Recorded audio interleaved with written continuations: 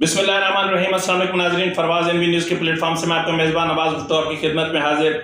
एक तरफ गिरफ्तारियां, एक तरफ जंग व जदल, एक तरफ सियासी महाज आ रही, एक तरफ सियासी खिंचाव और एक तरफ अदालती जंग और एक तरफ मुकदमात की भरमार और दूसरी तरफ खुफिया मुज़ाकरात। ये मामला क्या है और इस्टेब्लिशमेंट और इमरान खान के दरमियान क्या चल रहा है, इस पर भी हम बात करेंगे।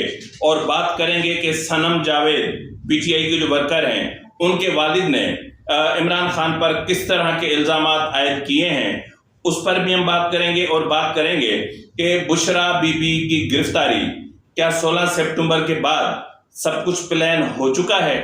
नाज़रीन, आज हम इन तमाम उमूर पर बात करेंगे, इसलिए आपसे इल्तमास है कि अगर आपको हमारा व्लॉग पसंद आए तो मेहरबानी करके इसको सब्सक्राइब करना, लाइक करना और शेयर करना मत भूलिएगा और बेल आइकन दबा दीजिएगा ताकि बर वक्त हमारे व्लॉग्स आप तक पहुंचते रहें। और आपका सब्सक्राइब करना मेरे लिए एक एजाज की बात होगी, इसलिए मैं आपसे बार बार रिक्वेस्ट करता हूं कि प्लीज मेरे चैनल को सब्सक्राइब करें और मुझे प्रोमोट करें। और मेरा प्रोमोट होना, मेरे चैनल का प्रोमोट होना मेरे लिए बहुत जरूरी है।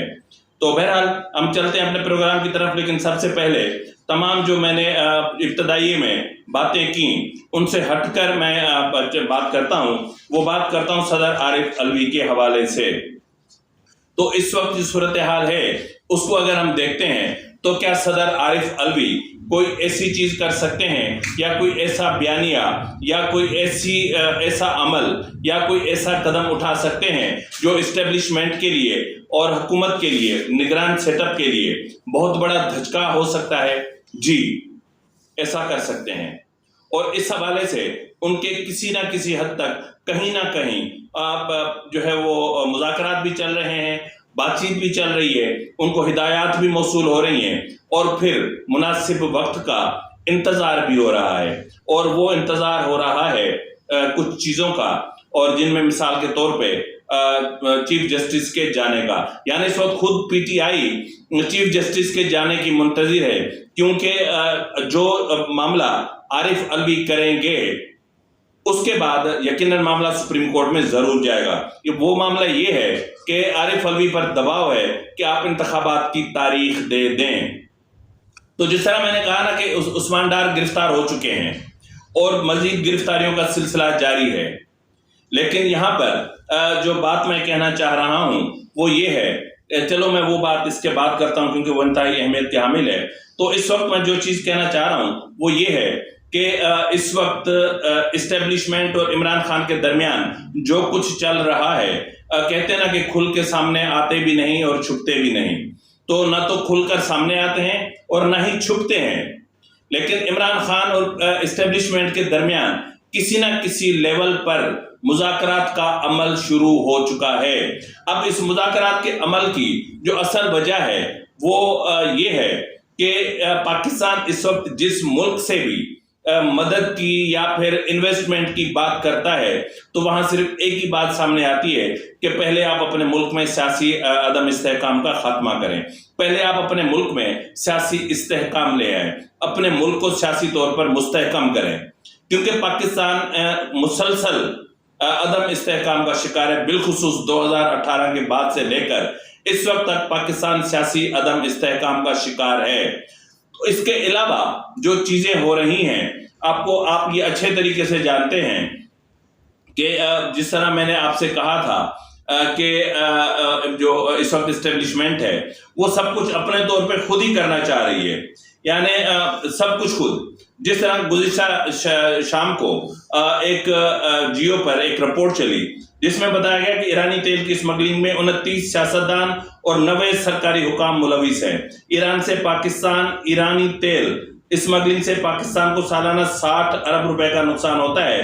पूरे मुल्क में 722 हवाला हुंडी का कारोबार करने वाले डीलर्स मौजूद हैं। ये एक खुफिया इदारे की रिपोर्ट है। अब इसमें जो 90 सरकारी हुकाम हैं ये वो हैं जो इस्टेब्लिशमेंट का अपना ही कल्ब पुर्जा है। और जाहिर है कि इस वक्त इस्टेब्लिशमेंट عدم استحکام بھی چاہ رہی ہے، اور پاکستان میں اگر ڈالر آتا ہے تو پھر اس کی اسمگلنگ کی پہلے سے روک تھام چاہتی ہے. جس طرح میں نے آپ سے کہا کہ اسپیشل انویسٹمنٹ فیسیلیٹیشن کونسل یعنی SIFC کا گزشتہ دنوں اجلاس ہوا، اور اتنی پبلسٹی اور اتنا سب کچھ ہونے کے باوجود جو حقائق سامنے آئے وہ چونکا دینے والے ہیں. ناظرین، اس اجلاس میں یہ بتایا گیا کہ SIFC میں اس وقت تک کوئی انویسٹمنٹ یا کسی بھی ملک نے انویسٹمنٹ کرنے میں دلچسپی ظاہر نہیں کی. صرف ایک ملک نے دلچسپی ظاہر کی ہے، وہ ہے انڈونیشیا. اب اگر انڈونیشیا سرمایہ کاری کرتا ہے تو یوں سمجھ لیں کہ اندھا بانٹے ریوڑیاں پھر دے اپنوں کو. اب ظاہر ہے وہ 2-4 کروڑ ڈالر کی انویسٹمنٹ کر سکتے ہیں، وہ کوئی 2-4 ہزار ارب ڈالر کی تو نہیں کر سکتے، وہ تو ہماری ہی طرح کے ایک ہے. تو بہرحال عمران خان اپنا اس وقت اسٹیبلشمنٹ سیاسی استحکام کی وجہ سے عمران خان سے مذاکرات کو ترجیح دے رہی ہے. لیکن میں آپ کو اور بات بھی ایک بتاتا ہوں جو انتہائی اہمیت کی حامل ہے. لیکن اسٹیبلشمنٹ کو یہ بھی سمجھ لینا چاہیے کہ غیر منتخب حکومت کے ہوتے ہوئے کوئی انویسٹمنٹ نہیں آئے گی. غیر منتخب حکومت کے پاس اتنا اختیار نہیں ہے کہ کسی کے ساتھ کوئی معاہدہ کر سکے. غیر منتخب حکومت کسی ملک کے ساتھ کوئی ڈیل نہیں کر سکتی. کوئی بھی جمہوری ملک ایک ایسے ملک کے ساتھ ایگریمنٹ یا کوئی MOU سائن نہیں کر سکتا جہاں غیر اعلانیہ مطلب ایک مارشل لا ہو، ایک غیر اعلانیہ طور پر آئین سسپینڈیڈ ہو، اور ایک کہیں جوڈیشل مارشل لا لگا ہوا ہو، اور کہیں پر اسٹیبلشمنٹ نے اپنے طور پر مارشل لا نافذ کر رکھا ہو. اس میں کوئی شک نہیں کہ اس وقت اسٹیبلشمنٹ جو مافیاز ہیں ان کے خاتمے کے لیے جو اقدامات کر رہی ہے یہ بہت اچھا اور احسن قدم ہے. یہ بہت پہلے ہونا چاہیے تھا. چلو دیر آیا درست آیا. لیکن مسئلہ یہ ہے کہ یہ سب کچھ اتنی جلدی نہیں ہو سکے گا. اس کے لیے پورا ایک میکنزم چاہیے، اس کے لیے پوری پالیسی چاہیے، اس کے لیے آپ کو پورا ایک اکاؤنٹیبلٹی سسٹم چاہیے، اور آپ کو ان تمام جو اعلیٰ بارڈر سیکیورٹی فورسز کے حکام ہیں یا جو وہاں پر تعینات رہے ہیں، آپ کے یہاں تک کہ آپ کے کور کمانڈرز، بالخصوص خیبر پختونخوا اور اپنا پشاور اور کوئٹہ کے جو کور کمانڈرز ہیں، بالخصوص ان کو آپ ان کی آپ اکاؤنٹیبلٹی جب تک نہیں کریں گے، اور جو اس سے پہلے ہو چکے ہیں، جو یہاں سے گزر چکے ہیں، ان سے بھی آپ پوچھیں کہ بھائی یہ نیٹ ورک کس طرح چلتا تھا، کتنی مافیاؤں کے ساتھ آپ کا گٹھ جوڑ تھا، کیا ہوا کرتے تھے آپ لوگ، اور ان کو بھی اکاؤنٹیبلٹی کے کٹہرے میں لائیں، ان کو بھی گھسیٹ کر لے آئیں. احتساب بے رحم ہونا چاہیے، احتساب صفاقہ نہ ہونا چاہیے، کوئی رحم نہیں، نو مرسی. اگر آپ اپنوں کو چھوڑ کر صرف سیویلینز کو پکڑتے ہیں، آپ وابڈا کے چیئرمین کو پکڑ کر جیل میں ڈالنے کی بجائے، اس کے جو بریگیڈیئر طفیل ہیں اس کو پکڑ کر جیل میں ڈالنے کی بجائے، آپ ان لوگوں پر گریبانوں سے ان کو پکڑتے ہیں کہ جو صرف 2-4 روپے بچانے کے لیے جنہوں نے کنڈے لگائے ہوئے ہیں. تو پھر یہ اچھی بات تو نہیں ہے نا. دیکھیں، 2 چیزیں ہیں، یا تو مچھلی دم سے خراب ہوتی ہے یا تو منہ سے خراب ہوتی ہے. ٹھیک ہے نا. یہاں مچھلی دم سے بھی خراب ہے اور منہ سے بھی خراب ہے. تو یہ مچھلی اس وقت اس کو مطلب آپ اگر کاٹ کوٹ کے فرائی کر کے کھانے کی کوشش کریں گے تو نہیں کھا سکیں گے. اس میں بدبو پھیل چکی ہے، اس میں بیکٹیریا پھیل چکا ہے. تو آپ کو اوپر سے نیچے تک اور نیچے سے اوپر تک مطلب ایک ہی ساتھ آپ کو اکاؤنٹیبلٹی کرنی ہوگی، چاہے وہ چیئرمین وابڈا ہو، چاہے وہ کوئی بھی ترم خان ہو. تو بہرحال یہ آپ کا احسن قدم ہے کہ چینی کی مافیا اور پھر ڈالر مافیا، حوالہ ہنڈی مافیا اور جتنی بھی مافیاز کام کر رہی ہیں، ان کے لیے آپ ود ان 3 months اتنا سب کچھ نہیں کر سکتے ہیں، کیونکہ یہ ایک منظم بزنس ہے. اس میں آپ کے اپنے لوگ شامل ہیں، پارلیمنٹ کے لوگ شامل ہیں، سینٹ کے لوگ شامل ہیں، بڑے بڑے سیاستدان شامل ہیں. تو آپ کو یہ سب کچھ بڑی بے رحمی سے کرنا پڑے گا، اور دیکھتے ہیں کیا ہوتا ہے. تو بہرحال اس ساری صورتحال کا جو مسئلہ ہے وہ یہی ہے کہ دیکھتے ہیں के इस्टेब्लिशमेंट को अल्लाह ताला कामयाबी अता करे। हमारी दुआएं हैं कि पाकिस्तान ट्रैक पर है, हमारी दुआएं हैं कि हमारे मुल्क की मईशत मुस्तहकम हो, मजबूत हो और पुख्तगी से आगे बढ़े। हमें कशकोल फेंक देना पड़े, हमें किसी से भीख ना मांगनी पड़े, हमें $1.5 अरब के लिए किसी के सामने नाक नहीं रगड़नी चाहिए, हमें भीख नहीं मांगनी चाहिए, हमें झोली नहीं फैलानी चाहिए। नाज़रीन, सनम जावेद, आपको पता है कि सनम जावेद पीटीआई की मुतहरिक कारकुन थी और हर वक्त ज़मान पार्क के बाहर पाई जाती थी और अब इंकशाफ हुआ है कि उनके जो शादी हो चुकी है और उनके जो सास ससुर और उसकी पूरी फैमिली है वो पूरी की पूरी इश्क इमरान में मुब्तला है और इसलिए वो उनको जो है वो हवा दे रहे थे, प्रोमोट कर रहे थे। और इसमें क्या सनम जावेद 9 मई के वाक़यात जिना हाउस जलाओ घिराव में मुलविस थी या नहीं, इसके हवाले से उनके वालिद जावेद साहब ने बहुत बड़े इंकशाफात किए हैं। वो मैं इस वीडियो के आखिर में रख दूंगा ताकि आप सुन लीजिए। ताहम एक चीज़ जो उन्होंने कही वो मैं आपको अभी सुना देता हूँ कि इमरान खान कौन है, किसका बगल बच्चा है और इस वक्त उसको जेल में क्यों रखा गया है, इसके हवाले से उनका क्या कहना है, जरा मुलाहिजा फरमा दें। खान साहब मेरे ख्याल में बड़ी मेहनत से तैयार किया हुआ मिलिट्री इस्टेब्लिशमेंट का प्रोजेक्ट है और मेरा नहीं ख्याल कि वो उससे पीछे हटने के लिए तैयार हैं। उनका गोल बहुत बड़ा है और उसको अचीव करने के लिए वो खान साहब को हीरो बना रहे हैं कि इमरान खान साहब को जिस काम के लिए लाया गया था वो आज भी वही काम कर रहे हैं। और अगर प्रोजेक्ट कंटिन्यू अच्छा उनका उसमें आप ये कह सकते हैं कि उन्होंने, मेरा नहीं ख्याल कि अगले 1-2 साल में इलेक्शन होने जा रहे हैं पाकिस्तान में। अच्छा हाँ, मेरी अपनी फीलिंग्स हैं उसमें। मेरे पास आज की जो काफ़ी सारी